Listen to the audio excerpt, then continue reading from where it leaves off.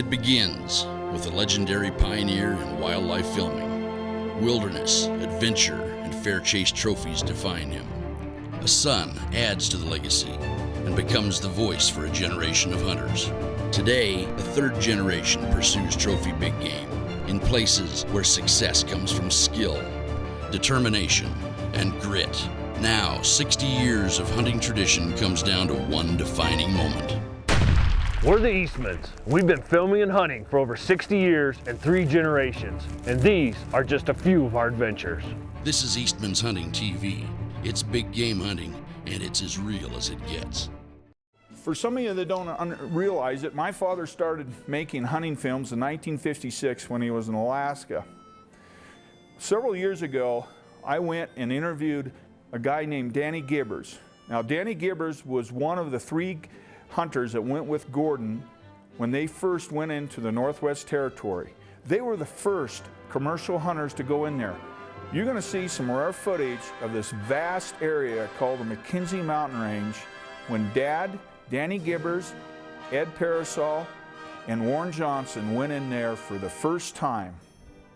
Danny, first of all, tell me how Dad got into the filming business, because you and Dad go back, gosh, way back before the Northwest Territory. Well, it was a man came through the valley here. He had made a movie on the Bonnet Plume River.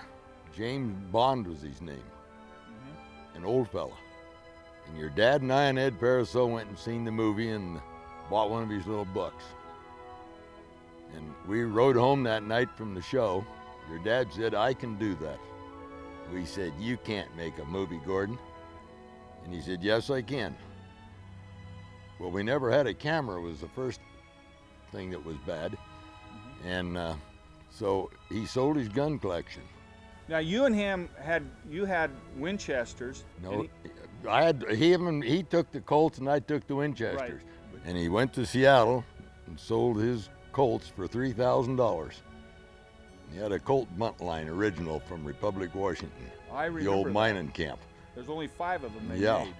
and he's had $3,000 to put into movie making. And he bought the camera and some film with it. And that was in '56, I think. Okay. The first time we went to Alaska.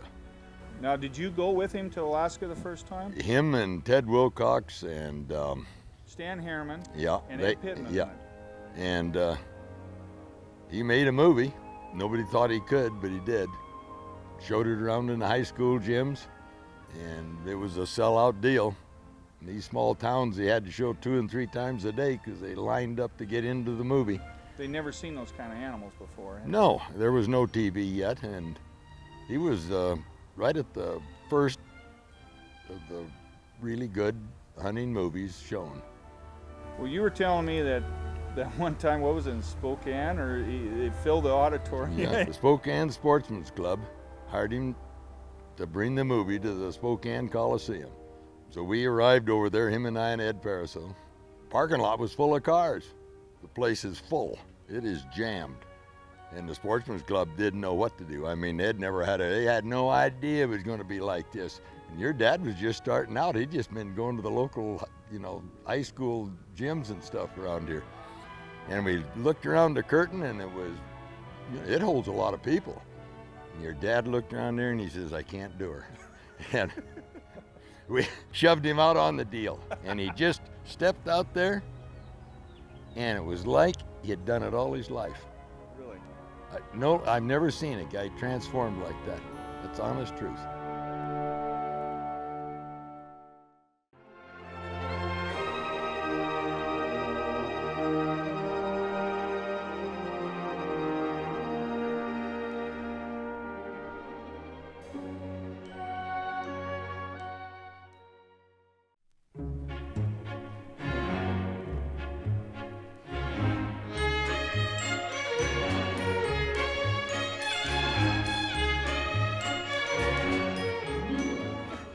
We were on the Besna Glacier. There was rams there till hell wouldn't have it. And Ed seen this perfect curled ram. Oh, I was so jealous I could have died. And we stalked the thing all day and he shot it, and it was a dwarf. Had a 32-inch full curl. Oh, I was really tickled. Well, in those early days in Alaska, he used what was called a Bolex, and it was hound wind with a spring to run that film. Let's fast forward 8 years later, and by now he's built a reputation of wildlife and a hunting filmer, and the Canadian government came to him and said, Gordon, come on up here and film. We want to go into the Northwest Territory and see what's there.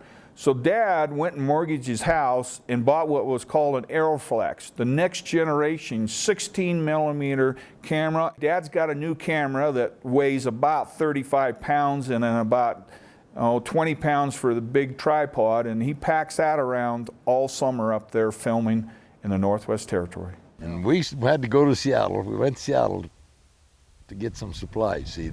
And I was going to be a big shot, and they was son was in that recreation equipment, REI. Yeah. And they had these fancy boots. And I says, I'm buying them pair of them fancy boots. And your dad told me, he says, you should take them shoes you always work in, them your regular boots. I said, no, I'm going to buy these. These are advertised. Look at that. My feet hurt so bad, and I'd take my knife, and every day I'd cut more off them shoes till there was practically nothing left of them. And your dad would razz me about them shoes. And you know, he made me get out there one day, and he says, I'm going to take a shot of you walking across the That's the opening of the video. Yeah. We stood here looking at one of the most isolated spots in the world. It was the Plains of Abraham and the Mackenzie Mountains, Northwest Territories of Canada. And I thought, well, I better straighten up and really walk like a big man. And all he's doing is taking a shot of my feet. And he starts his movie with me and them terrible shoes.